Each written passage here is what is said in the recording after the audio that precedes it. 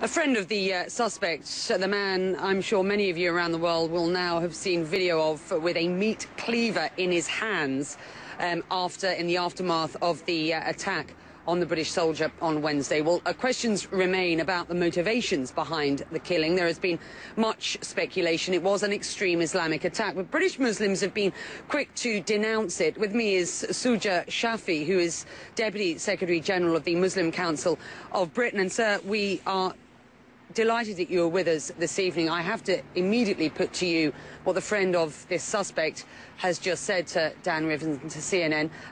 He's not surprised it's happened, and he thinks it could happen again. He blames British foreign policy. Your response? Well, I think at this stage it's not the foreign policy or whatever that we need to talk about. We need to express our concern, our condolences to the deceased, and express our condolences to the family. Where the time is now for people to unite, come together, communities to come together, and there are issues of foreign policy. If there are, this is not the way to express it, and we would certainly utterly refute something that to be done in the name of. And that I understand. I'm sure people will appreciate your words, but it is incredibly important tonight at this time that organisations like yours understand and acknowledge that there are at least fringe elements, if not more, in communities, possibly not just here, but around the country, who have whole cohorts of youngsters who are self-radicalising. And organisations like yours don't seem to be able to do anything about that. Well, I think we all have a responsibility in doing something about it, and we take lead from our statutory bodies to see how best we can do it.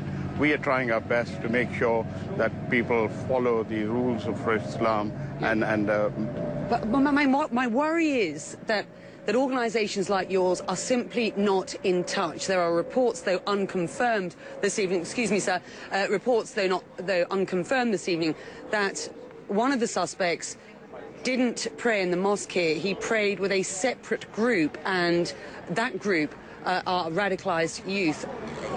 Do you have any sort of call on these guys at all? Can you reach out to them in any way? Well, we reach out with communities, with young youth groups, and we have a number of youth groups who work together with us. And let me put it another way. How concerned are you? Very concerned. If there are elements, however small in number, we are concerned, and we need to do everything that we can to eliminate them, and we need the help of the authorities as well to be able to do that. You can talk the talk, quite frankly, but are you walking the walk at this point? What is being done to prevent the sort of assault, the brutal attack that we saw on the streets last night? Yeah, I think we have to do whatever we can, and we've got to sit down and discuss as to how we can work it, and we need the help of the authorities as well to be able to do that. All right, and we appreciate your thoughts this evening. We thank you very much indeed for joining us.